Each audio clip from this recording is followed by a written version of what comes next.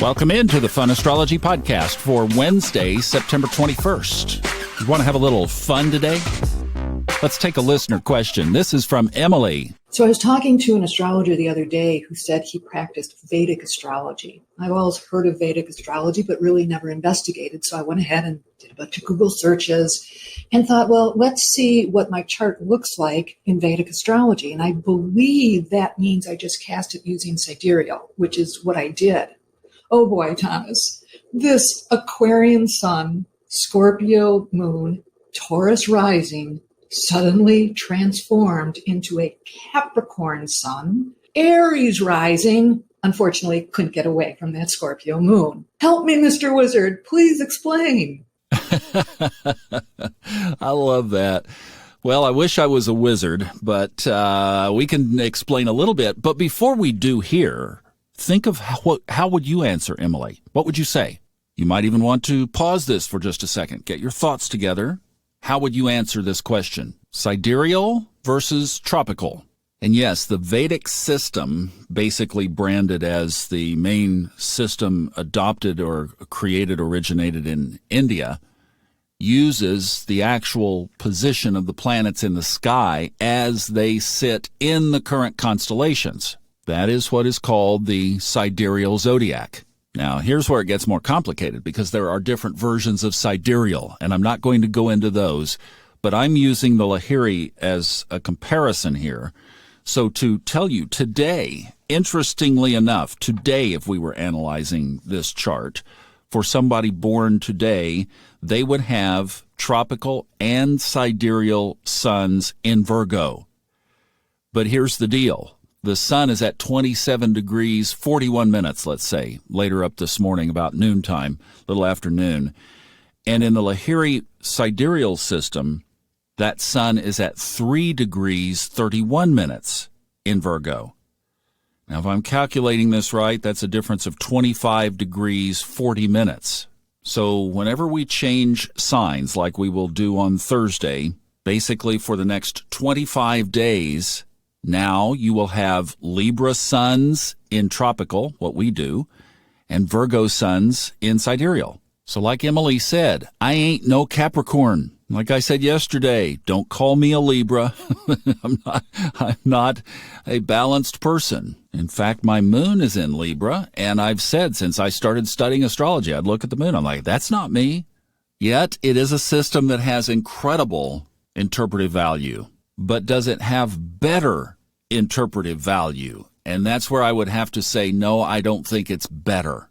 Robert Glasscock over on Old Soul, New Soul, we haven't recorded this yet, but he has mentioned in the past why he uses the tropical system and why he uses the elements of it that he does. And if the predictive side of tropical Western astrology was a bit lacking, when Noel Tyl repopularized solar arc progressions in the 1970s and 80s, that piece of the comparison between the two systems, somebody might have argued effectively that Vedic was better than tropical Western if you were just using transits and secondary progressions. But boy, when solar arcs got repopularized, and I mean, I've seen Robert Glasscock, the man is like a classic pianist at the keyboard of interpretive skill when he is interpreting a solar arc chart.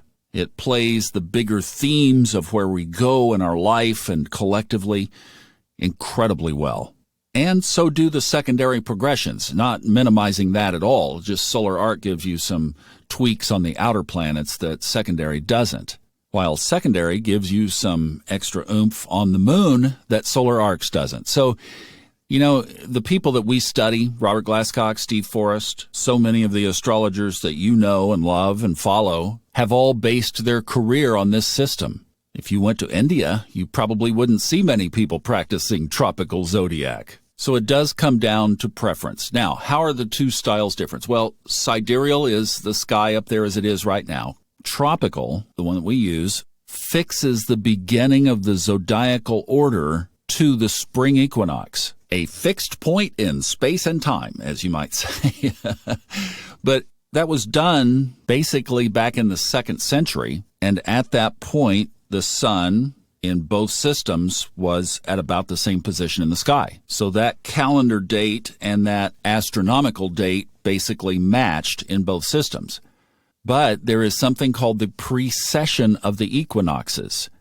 And that means that the Earth's axis basically wobbles. And what that creates is a separation from that fixed point of 1 degree about every 72 years. So that's why now we are at 25 degrees and a little bit. So the tropical system brings a stability to the sky. So when we look at 0 degrees Aries at the vernal equinox, it is what it was 2,000 years ago. When you look up at the sky and you see the sun about 25 and a little bit degrees behind that point now, that's because of the precession of the equinoxes.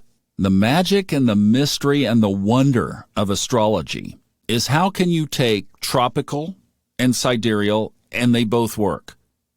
How can you look at whole sign houses, equal sign houses, Placidus houses, Koch houses, etc., and they all work, and all the sub-varieties of Vedic astrology as well? And then how can you overlay secondary progressions, solar arc progressions, and they all work? So really, I think the broadest thing you can do is to be aware and learn a little bit about all of them and then zone in on what works for you. And that seems to be what some of the prominent people in our craft and field have done themselves. They know about it, and then they hone in on the one that they prefer that works for them. All right, you guys have a great one. Great question, Emily. Thank you. See you back tomorrow. Have a good day.